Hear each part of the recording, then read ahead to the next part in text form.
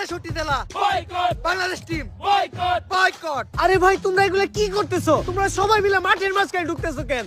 খেলা বন্ধ। Bangladesh cricket team 63 জেলা থেকে বয়কট। 63 জেলার কোন জেলায় বাংলাদেশ টিম নিরাপত্তা পাবে না।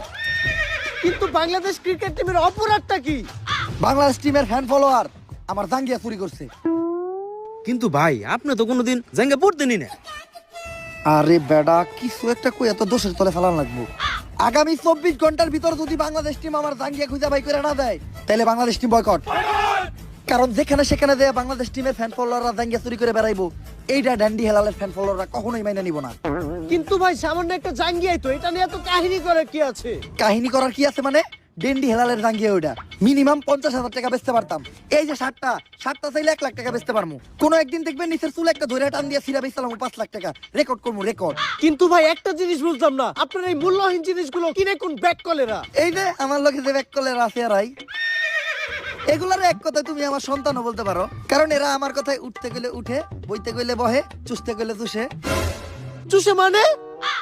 আরে পা চুষে পা। আর তুমি যেটা ভাবছো ওইটাও। Boycott boycott.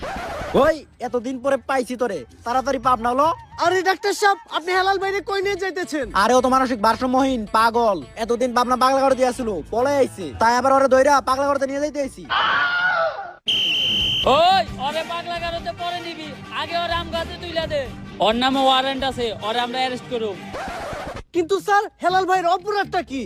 ও তো মাদকখোর, ও হাফ টাইম খায় ক্যান্ডি আর ফুল টাইম খায় ড্যান্ডি। ও তাই তো কই, হেলাল ভাই উল্টা পাল্টা কথা কই কেন? যান ওই ধরে নিয়ে যান।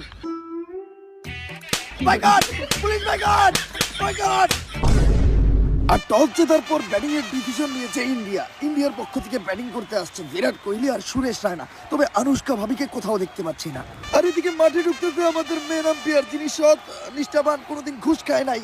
আরে হলার করে লাগে ইঞ্জিন আমার ইন্ডিয়ার জার্সিতে হারায়। আর আম্পায়ার তার পেনের চেনের ভিতর থেকে এগুলো কি বের করতেছে? তার পার্সোনাল বল নাকি? না না না, এগুলো তো ক্রিকেট খেলার বল। আর এদিকে বাংলাদেশ টিমের সব প্লেয়াররা প্ল্যান করতেছে। প্ল্যান কইরা কোনোদিন কোনো লাভ হয় নাই, কারণ সবশেষে হারতে ওরাই। বিরাট ভাই, আজকে স্টেডিয়ামে তো আনুষ্কা ভাবিরে দেখতাছি না। আজকে আনুষ্কা একটু অসুস্থ, তাই আইতে পারে নাই। দেখ দেখ দেখ দেখ খেলাই হবে না আজকে। ঘটনাটা কি হলো? সবাই এরকম রেগে গেল কে? এটা কোনো কাম করছেন আপনি? আনুষ্কা ভাবির নাম্বার দেন, ফোন দিয়ে জিজ্ঞেস করে ওষুধ খাইছে কিনা। বিরাট ভাই রেগে গেছে, মনে হইতাছে বিরাট ভাই ক্রিকেট খেলা বাদ দিয়ে আগে ওরে খেলে দিব। তো ব্যাট হাতে আনুষ্কার জামাই বিরাট কোহলি আর বাংলাদেশের মুস্তাফিজুর রহমান